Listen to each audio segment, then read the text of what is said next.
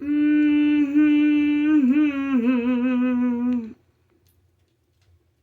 Fireside Tales.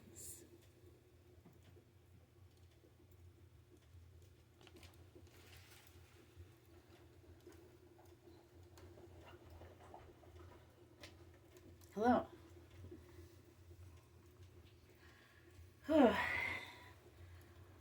I'm Merlin, Mililli. Welcome to my fireside. Squeaky welcomes you too.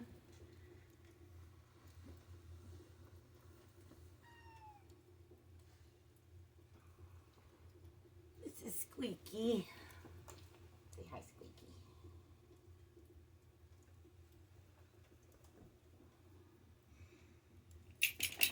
Welcome to our fireside, where we tell tales, weird tales within tales,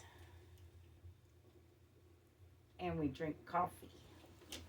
Squeaky doesn't really drink coffee.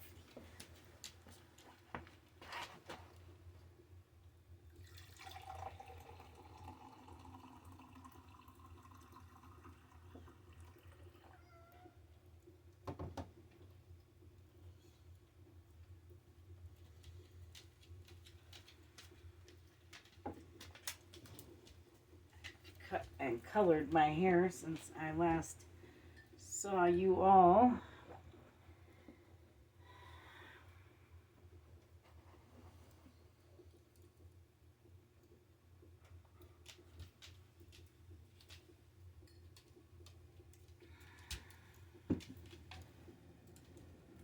And this show will air the day after Thanksgiving, though I'm making it the day before Thanksgiving.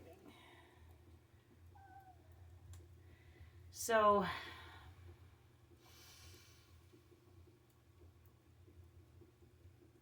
every week here at Fireside Tales, we discuss reincarnation. And we discuss the Akashic Records. And the Akashic Records is an obscure place. It's not really a place, it's sort of a metaphysical place. It's a library that you can only reach through meditation. And when you get there, your soul has a book in the library. Every soul has a book in the library. It's a record of where your soul has been, who your soul has been, when your soul has been.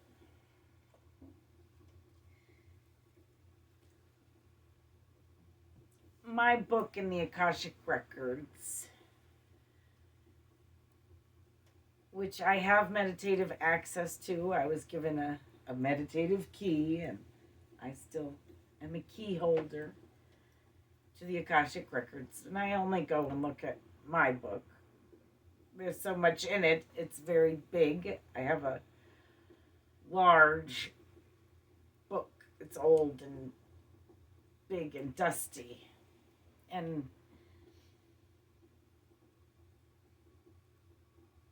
in it is record of all my lives, who I've been.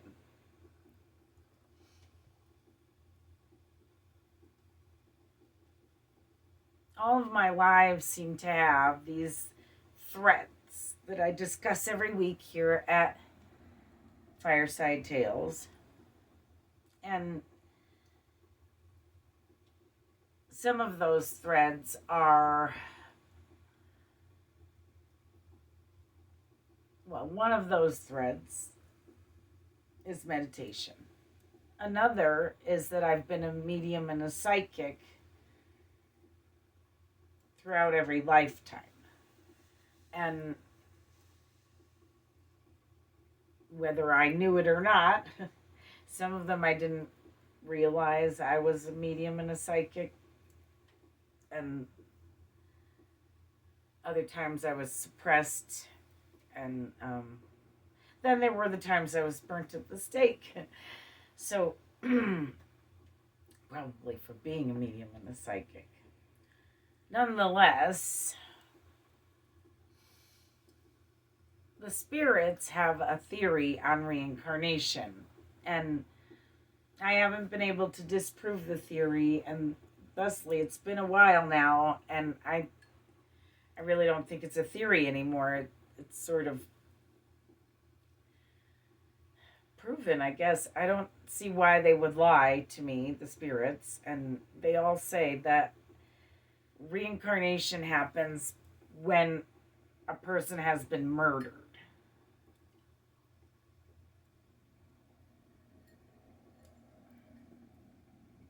Meaning they get a chance to come back and try again.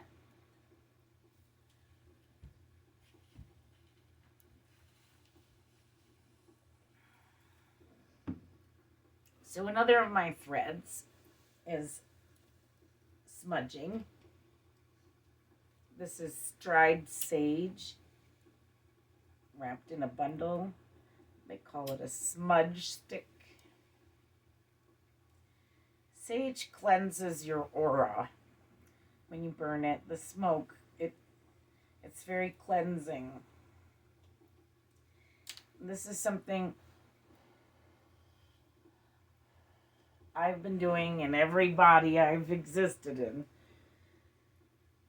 for centuries.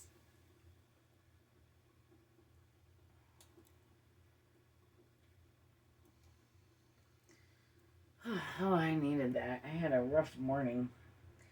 And, it takes all the negativity off of your aura. And a lot of times it comes from exterior sources, the negativity on your aura. Another way you cleanse is by breathing and grounding, which I take my shoes off for, which is what I'm doing now. And I recommend taking your shoes off.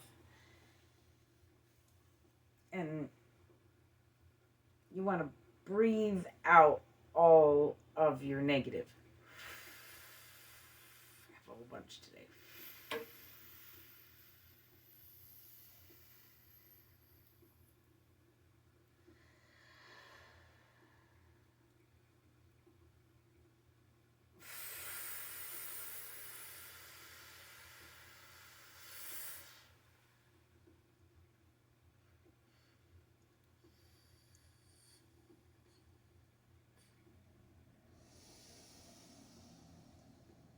And then breathe in positive.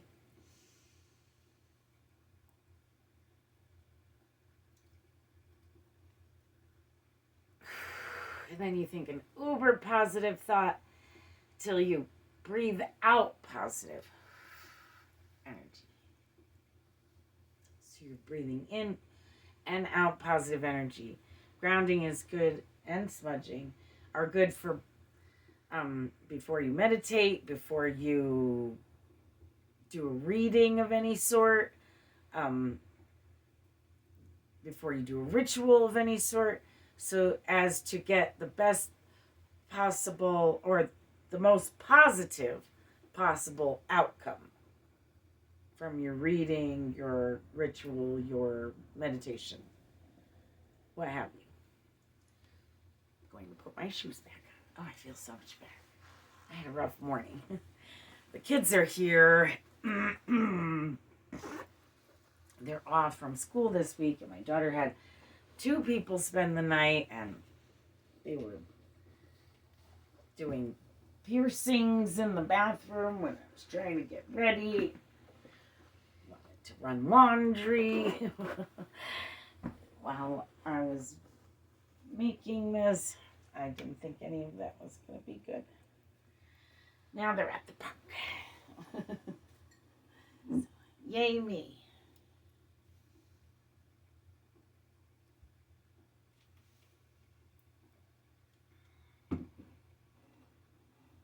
So, every week here at Fireside Tales, I also tell you the story of the Grateful Dead. Um, I forgot to tell you that I drink coffee from my skull mug, which just kind of farted on the dresser there. Did you hear? It really wasn't me. It was totally the skull mug. It was, now, of course, I won't do it again. But anyway, it totally did. I swear it was the skull mug. And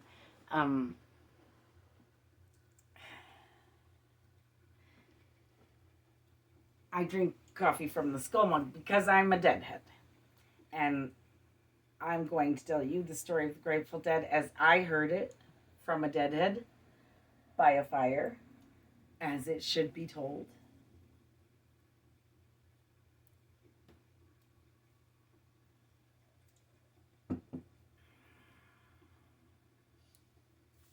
Though we tell the story of the Grateful Dead because it's an old Buddhist story and it's about reincarnation. And like I said, we here at Fireside Tales discuss reincarnation every week.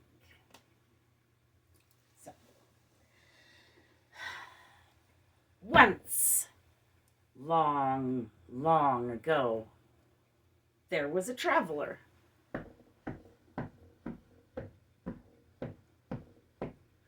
It was so long ago that she traveled by foot.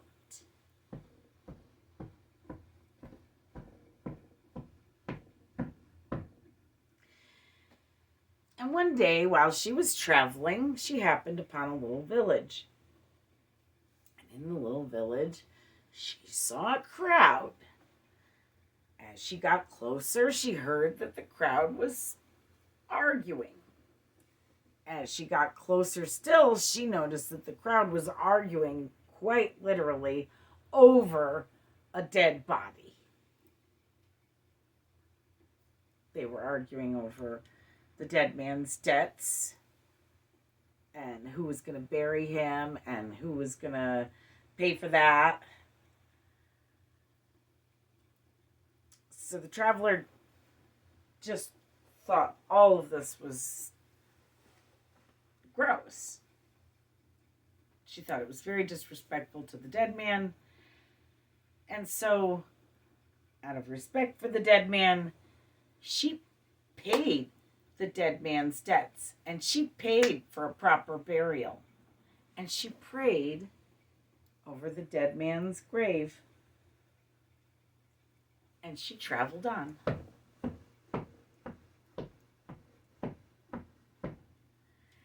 And one day, decades later, the traveler from the beginning of the story happened upon a life or death situation in which a stranger came out of nowhere and just saved her life. The traveler said, "Thank you. Who are you? Why did you save my life?" And the stranger simply said, "I am the Grateful Dead."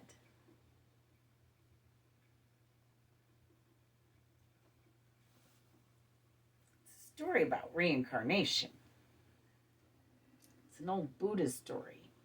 The Grateful Dead got their name from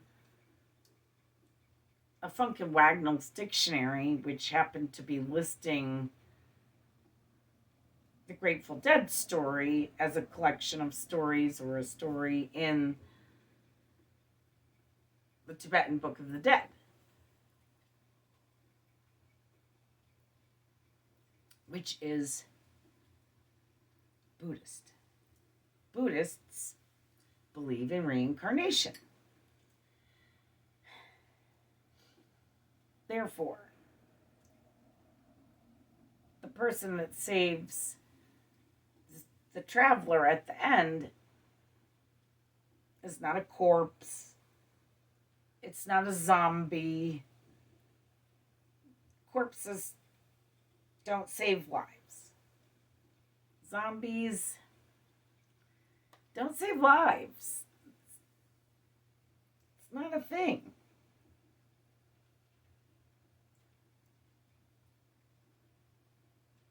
It's a person. It's that dead man whose debts the traveler paid, and who she prayed over his grave.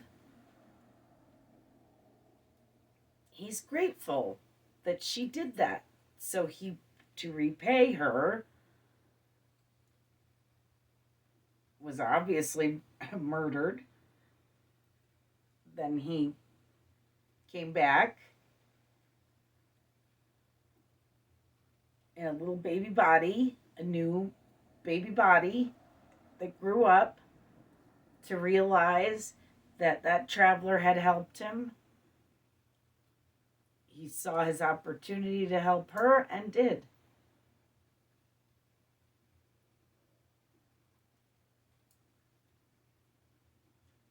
It's about reincarnation.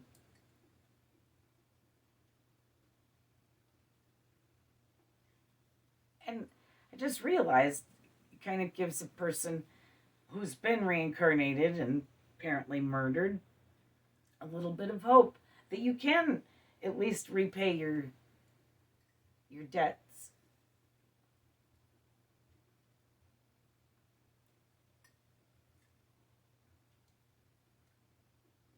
Don't get any ideas, Hammond.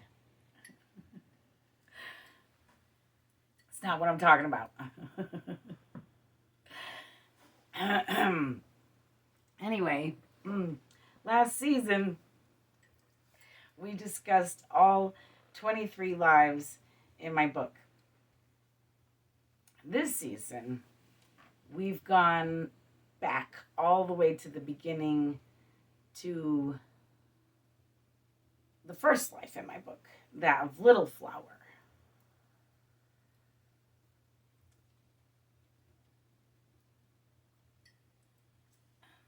So also in my book, there's a watermark.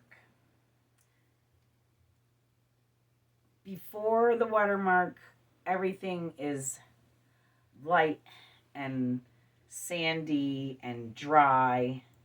And after the watermark, everything is wet and muddy and dark. So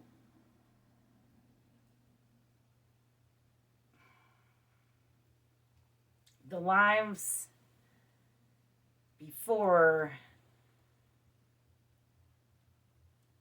the watermark are longer for some reason than the lives after the watermark. I think the watermark marks the Great Flood. It marks where time goes from AD to, or BC to AD.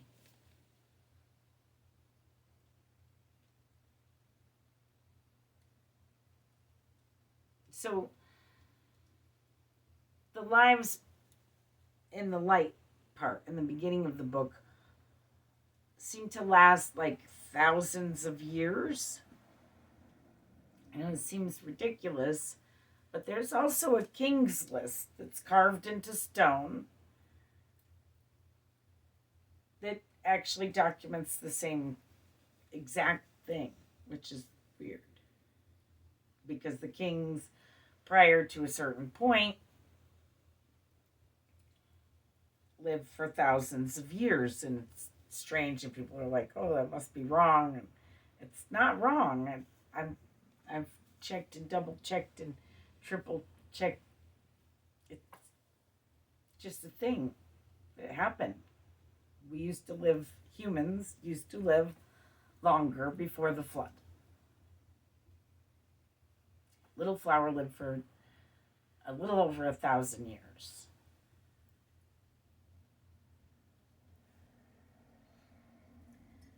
So Little Flower, as we've been discussing, was born and lived her very long life in Peru about 10,000 years ago.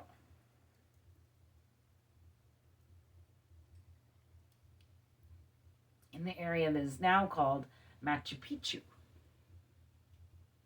We may have called it that, Machu Picchu, but we didn't have writing or pens or pencils or books. We had spoken word, but also the sung word, singing. We had singing was very important to our culture. And I know that chew was the sound for flying, and machu was the sound for mountain. So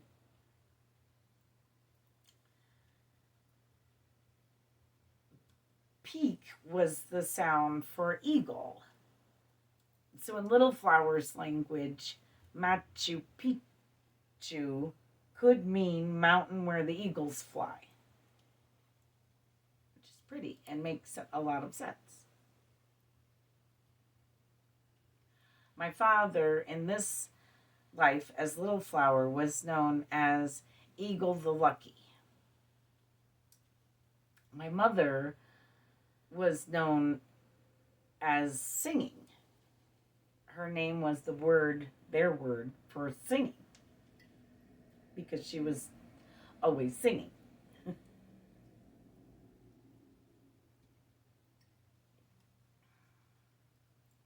My father in this life that I'm discussing here, that of Little Flower, Eagle the Lucky, was the chief of our tribe.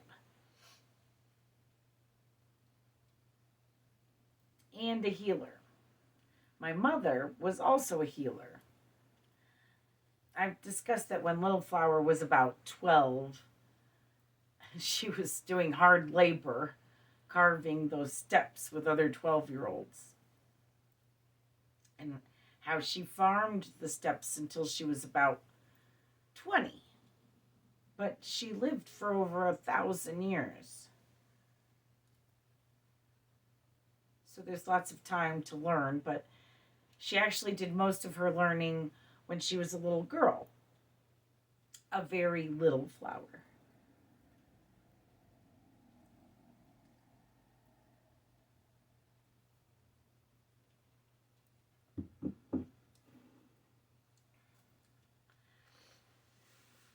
Now, I'm going to say I remember some things. Now, remembering in my book is not the same as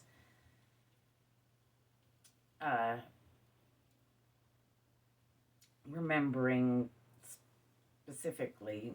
I have to meditate, and I go there with my guides, and I go to my book, and I go to a specific place in my book, and then I touch that place in the book, and I have a memory. And I remember my parents teaching me everything. When I was a very young child, a toddler even, I remember learning plants and flowers from long walks with my mother and father.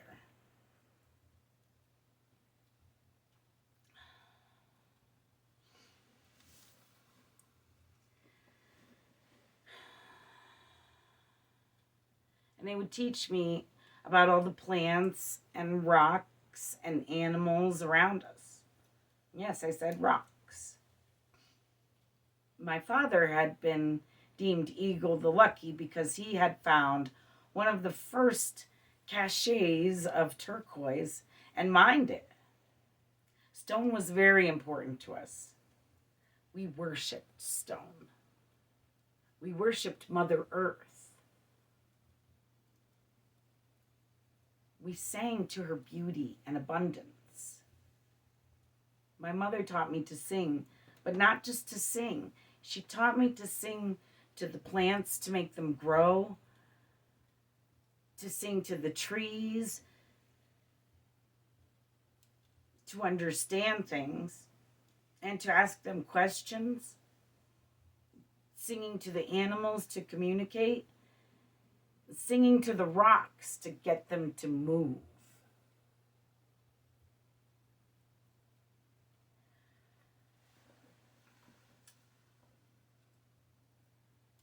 You could try this.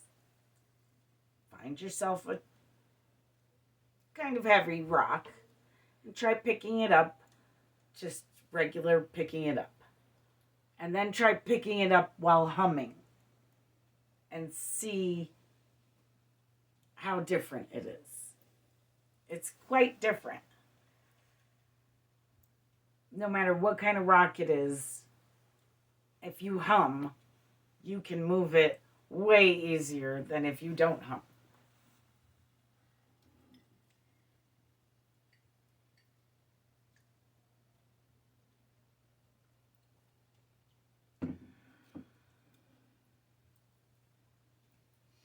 I'm certain that the ancient Egyptians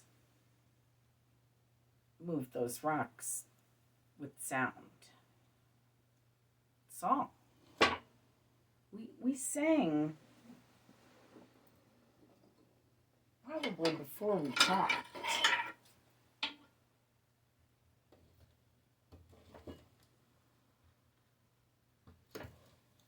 I'm sure we had songs before we had language. I'm going to need to put another log on here. I'm just having one of those days.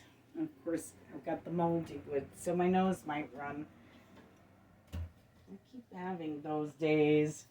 I had another one with you. I went with it. I'm going with this one. We're already pretty far in. So,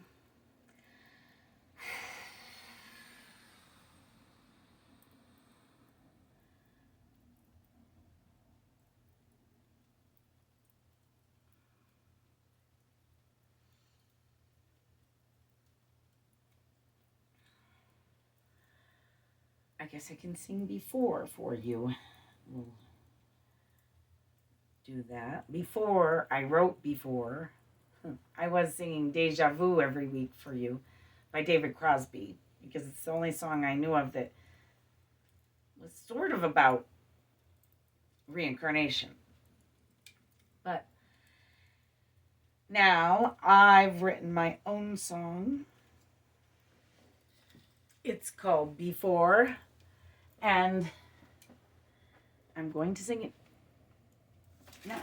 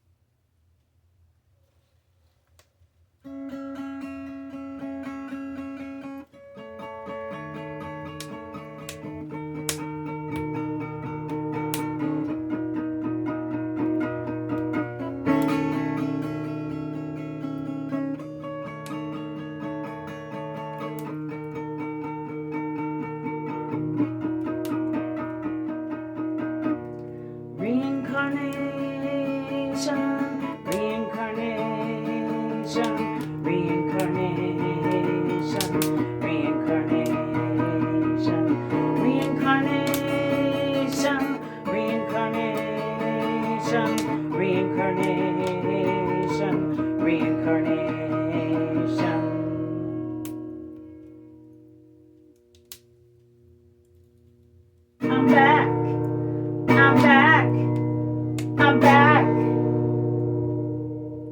Somebody stabbed me in the back, and now I'm back. I'm back. I'm back. But I lack memory of who I was. I must look back. But I lack memory of who I was.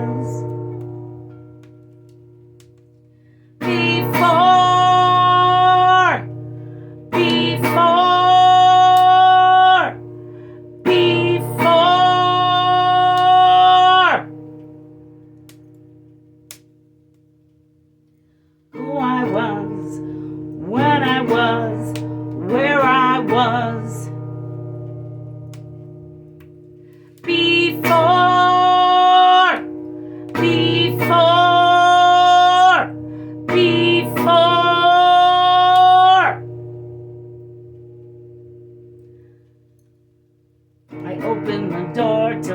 find it there. No more, no more, no more. Before, before, before.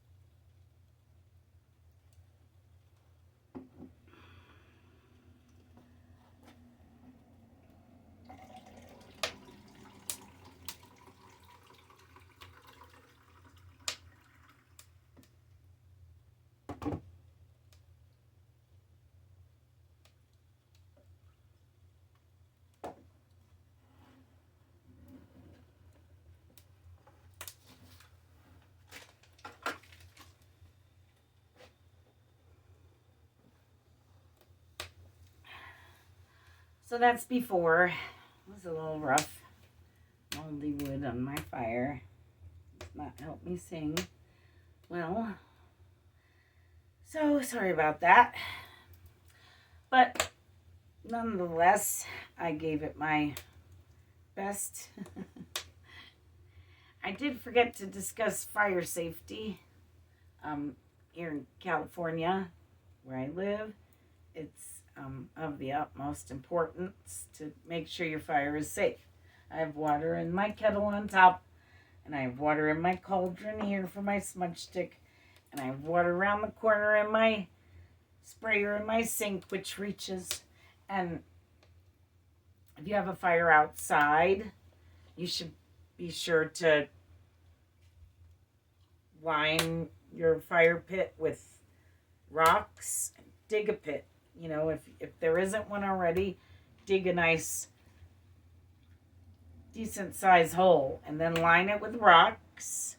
Make sure there's no stuff growing in it that could catch fire. Make sure you put it in a place where there's no branches overhanging, and there won't be anytime soon. And make sure you have a bucket of water and a bucket of sand or dirt and a shovel. You can put out a fire with dirt and a shovel. You don't always need water. I used to keep my water in a pot on the fire that you could put the fire out with, but if you don't need to put the fire out with it, you could boil it for tea or soup.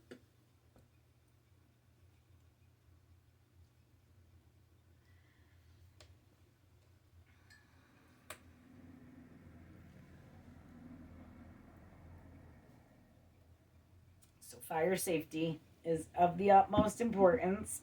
Be safe.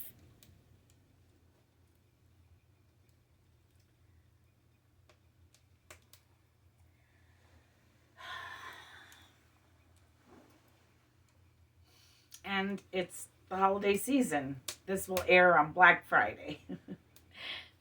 Fireside Black Friday. So I'm going to shamelessly plug my albums that are out. I have 3 that just came out. I put out one on September 1st, and that was Enchanting, and then I put out one on October 1st, and that was Potty Mouth, and then I put out one on November 1st, and that was Soundview.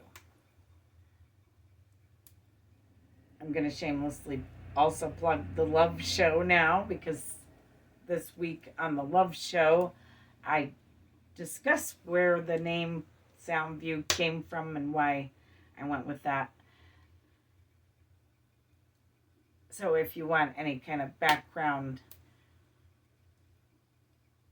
get in on the Love Show this week. Check that out.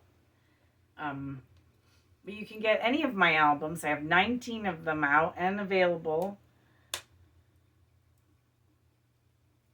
at my website,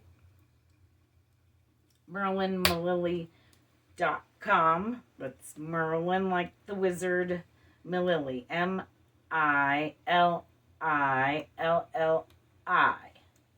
It's like my Lily, but with all I's.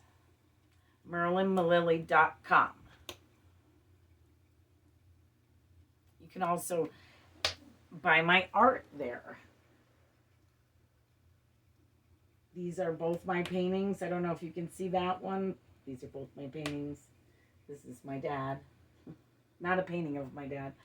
My dad's ashes in there. He's with us while we make Fireside Tales in ash. So,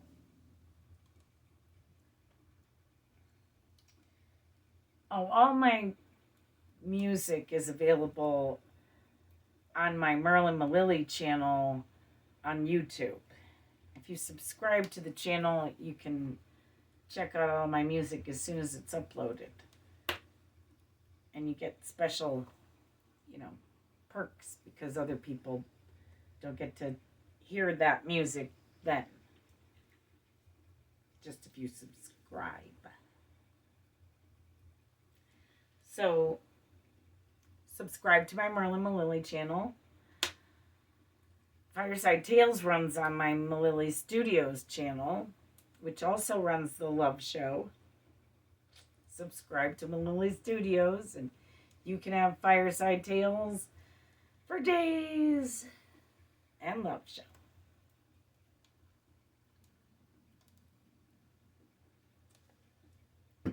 Though the Love Show channel, or the Love Show, also has its own channel. So you can also subscribe to the Love Show channel. I have 3 channels I use.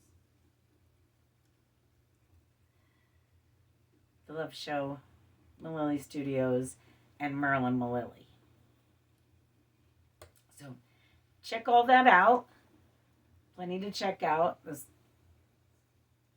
hundreds of videos, if not thousands by now. Possibly thousands. I have 19 albums available at the website, and they're all available on YouTube on the Merlin Mililli channel. So, we have a new kitten. I don't know if you can hear her. She's hissing at our other cat. Or possibly some inanimate object. Oh, supposedly my daughter is only watching it for someone, but it's really cute and she's getting attached. So we might have a new kitten. Anyway, I hope you all have a safe and happy holiday season. And I hope you have a weird and wonderful weekend. Thanks for starting it with us. Thanks for watching. I'm Mililli Studio.